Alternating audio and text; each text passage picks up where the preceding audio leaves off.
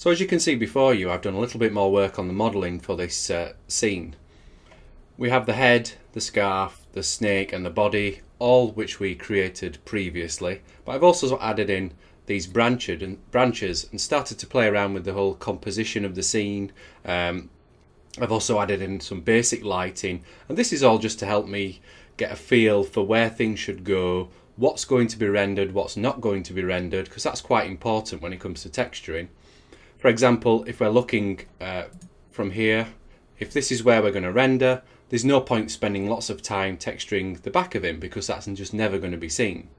So lots of things like that we need to start thinking about before we start UVing and texturing. If we just click on some of these branches, you'll see these are just very basic shapes. Just started off with a cube, extruded it, formed the shape, and then just added a bevel around the edges just to sharpen those off. If I just disable smooth mesh, you can see there, that's the low resolution proxy. And what I've also done is just added in some extra divisions, again like we were saying previously when we were working on the torso. We want these quads to be almost a uniform shape, so when it comes to sculpting, the sculpting is more uniform as well. So I've tried to do that with these branches here, just adding in these extra subdivisions. But I did that towards the end when I was happy with the overall shape, just adding in those as a final touch. So here we have the scene. Let's just go back to our perspective view, just so we can see. So as you can see, I've just got a basic spotlight just shining from the bottom. The lighting may change towards the end, I'm not sure, but I'm just playing around with ideas for now. Got the camera. As you can see, I've just put in some of these. Now I want these further back because these are eventually, as you can see, I've got depth of field on in this scene here, just to blur out those in the background because they're going to be in the distance. So enough talking about that. Let's get rid of that grid. Right, onto the subject of these next videos, and that's going to be applying UVs. And again, these are very basic shapes, so it shouldn't take too long to add UVs to these. I'm just going to focus on the main character for now, and the snake. The branches, again, they're quite easy to UV, so if you're not sure, look at the models in the next scene and just see how I've laid out the UVs for you for that. But let's just open this scene. Let's select the head, and let's go to UV editor. So here's the UV editor, and as you can see, the UVs aren't very good, and this is because we've just been pulling around that model. If you remember, it started off as a cube, so it'll have had those UVs, and then we cut it in half, mirrored it, adjusted it. So basically the UVs are all completely broken. I'm just going to start off. I'm just going to hold Shift, right mouse button, mapping, planar map down the Z-axis. So that's just going to map directly from the front, like so. Go back into our UV editor, we can see the head here. And that's just going to give us a good starting point. So let's just isolate this.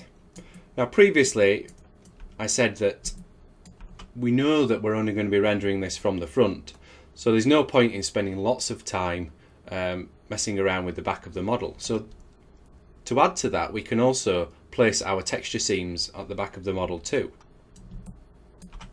So we need this the projections are from the front, so if we texture this from the front now, the texture will also come through straight onto the back of the model, and it will also stretch around the side of the model. So now we just need to open this up so that we can texture all of it a bit more evenly.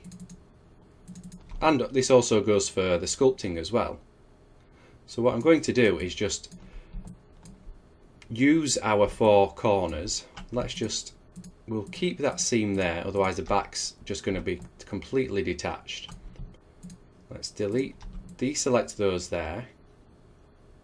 So we've got sort of even type selection around there, and this is going to dictate where our points, our edges are going to be cut.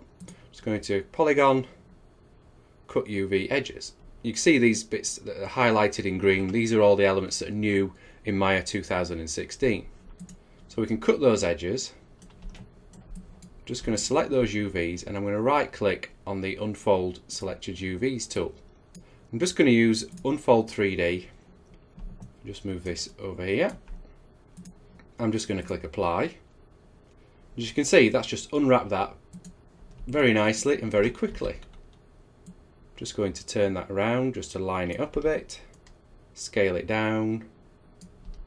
Let's just position it roughly where we want, because ideally what I want from this texture page is to have the head, the scarf and the body all sort of on the same page.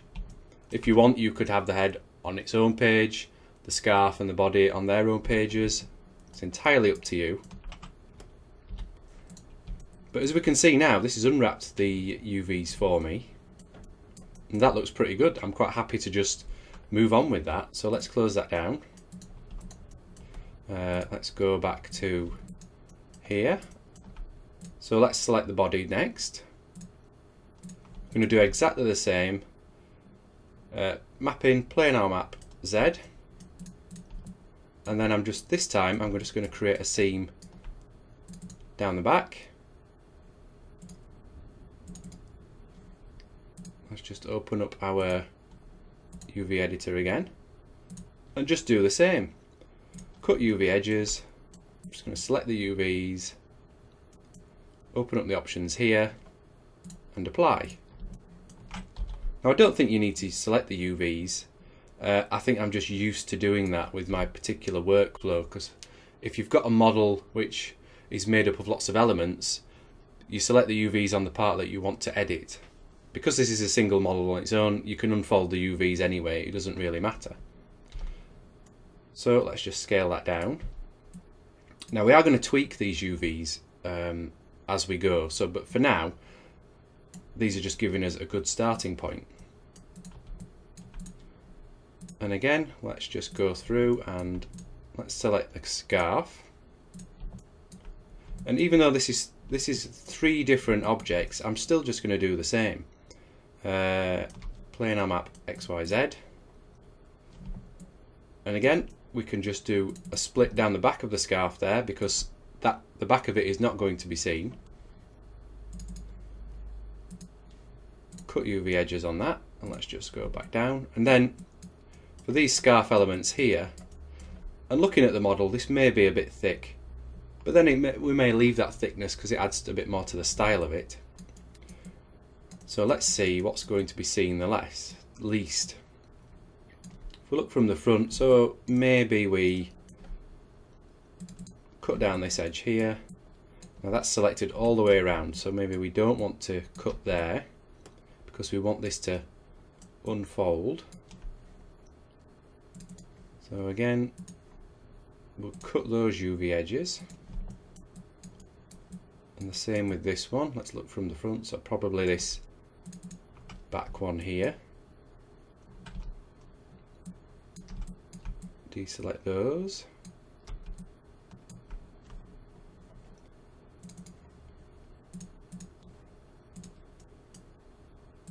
So now let's just select that button, and that's unfolded those for me.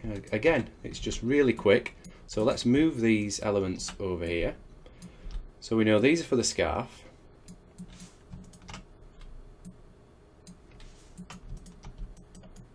This is the top of the scarf. So I'm not sure which is the top or the bottom, but we can look at that shortly.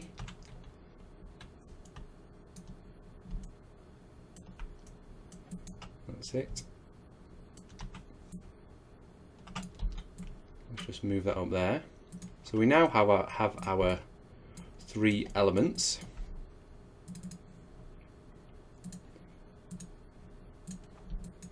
Like so.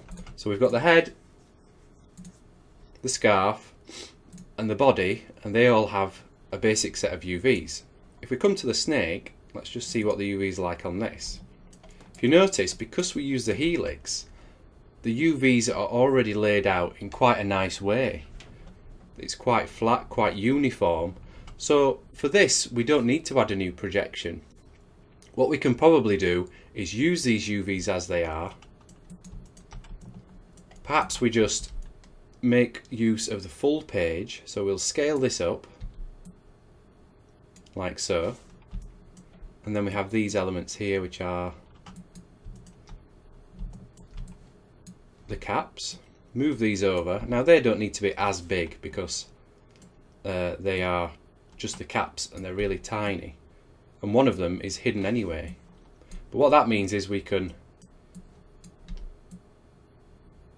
make better use of the full texture page, so the actual snake takes up a lot more here and the caps are smaller. So I mean, it depends what you're going to do when it comes to texturing, because this will distort the texture, but if you're just baking it from ZBrush, it doesn't really matter because it will bake it correctly. So let's just say we're at a stage now. We've got the snake, we've got the body, we've got the scarf, and we've got the head. They all have really basic UVs on them, and what I'm going to do is I'm just going to pause the video here, and then we'll pick up in the next video, and we'll just start tweaking the UVs, laying out our texture pages and just seeing how they look well when a texture is applied to the model.